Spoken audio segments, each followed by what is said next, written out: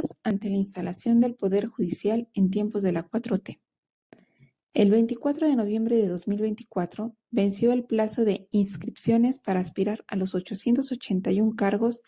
de jueces y magistrados del Poder Judicial y ministros de la Suprema Corte de Justicia de la Nación. En los últimos días del mes de noviembre, distintos periódicos han dedicado espacios para difundir quiénes son estos aspirantes. Destacaron familiares y añejos operadores de la actual clase política liderada por López Obrador. De los 485 aspirantes registrados, nombres como el de Bernardo Batis, actual miembro del Consejo de la Judicatura Federal, María Estela Ríos González, ex consejera jurídica, Lenia Batres, actual ministra de la Suprema Corte y hermana del titular del ISSSTE, Martín Batres, son personas de toda la confianza y leales al expresidente López Obrador, los que aspiran a ser ministros de la Suprema Corte. Junto con ellos participan también exfuncionarios de otras administraciones federales, como es el caso de Roberto Gil Suart y Marisela Morales, y algunos funcionarios públicos como Guillermo Valls Esponda, magistrado presidente del Tribunal Federal de Justicia Administrativa, Plácido Humberto Morales Vázquez, titular de la Procuraduría Federal de la Defensa del Trabajo, y Paula García Villegas de Sánchez Cordero, magistrada del 11º Tribunal Colegiado de Circuito en materia administrativa, hija de la senadora Olga Sánchez Cordero, exministra de la Corte en retiro y senadora por Morena, no siendo el único familiar de esta que compite.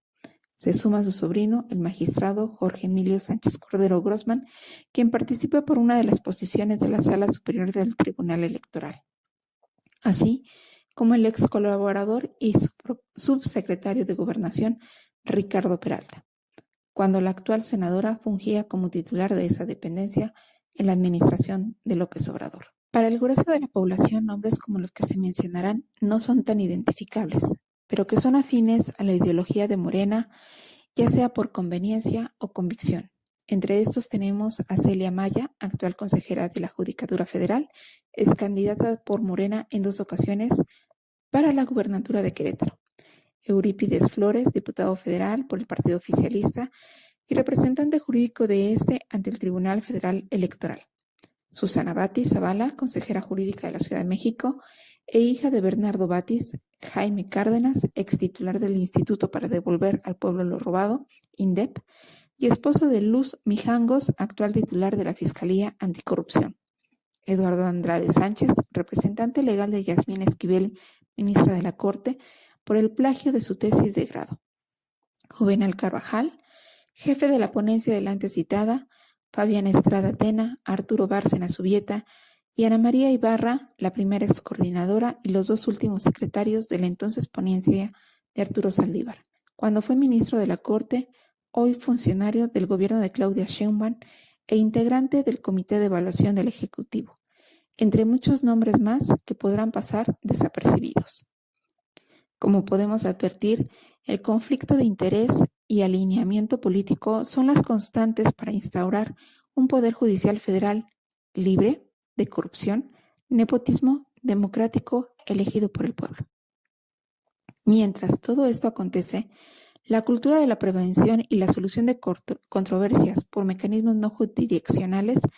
deben ser los temas para las empresas, comerciantes y personas en general que realicen algún acto jurídico. La cultura de la prevención se conforma por todas las acciones que realicemos para evitar la materialización de un riesgo, es decir, aquello que sabemos que afectará nuestros objetivos y metas, causado por factores internos o externos. El debido cumplimiento de leyes, reglamentos y normas administrativas y operativas, así como la supervisión y vigilancia, permitirán disminuir la probabilidad e impacto de que ese riesgo identificado se materialice. Los sistemas de gestión de compliance y de control interno serán herramientas fundamentales para las empresas y comerciantes para disminuir o inhibir los impactos de los actos de autoridades que estarán ávidas de ejercer sus atribuciones para incrementar la recaudación,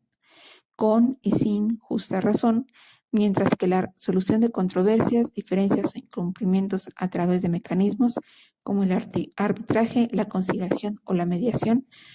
hace cercana una alternativa profesional, objetiva e imparcial para alcanzar una solución ante la inminente instauración de un poder ejecutivo plagado de intereses lejanos a la justicia.